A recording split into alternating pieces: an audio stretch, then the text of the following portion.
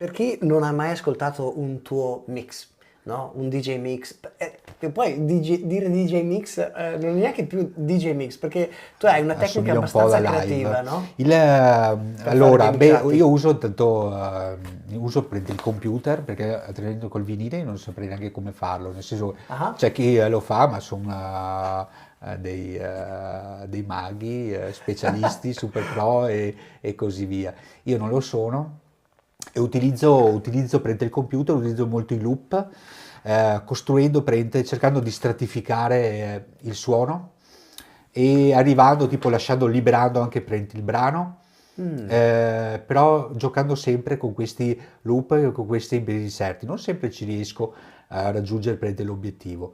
E questo lo riconosco, ma quando mixo, mi lascio prendere dal suono, ed è perché io gioco, perché fantastico. avevo un Ed è trasporto. fantastico perché quando ascolto i tuoi mix, a parte la selezione, che già quella vale la pena La di quella selezione mezz'ora, quell'ora, se stai facendo qualsiasi cosa, ti vuoi concentrare, ti vuoi rilassare, ti vuoi focalizzare, ed è fantastica, però tecnicamente tu usi anche pedali sì, sì, analogici. sì. Adesso mi dicevi che stai cercando No, no, già l'ho acquistato, l'ho ecco, ordinato, cosa ti arriverà? Un ma un isolator. isolator, Sì, yeah. ero abituato a utilizzarli perché avevo una rotary mixer. Che per chi non avesse mai visto un isolator, cos'è questo Isolator isolator? sostanzialmente isola, prende le frequenze e banalmente è come se avesse un'equalizzazione, però prende più precisa.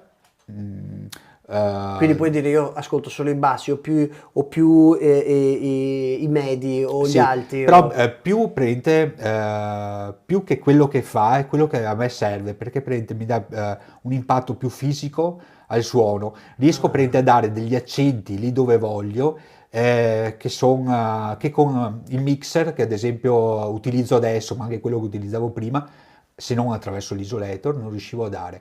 Io adesso sto usando un 92, Allen Hit. sì, 92, che tra l'altro sono molto contento della qualità. È una scelta strana perché l'ho scelto dopo 20 anni che esiste, che è in commercio.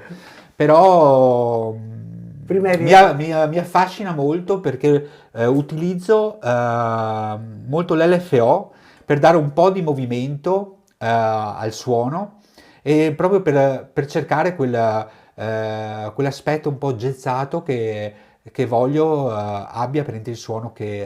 che propongo.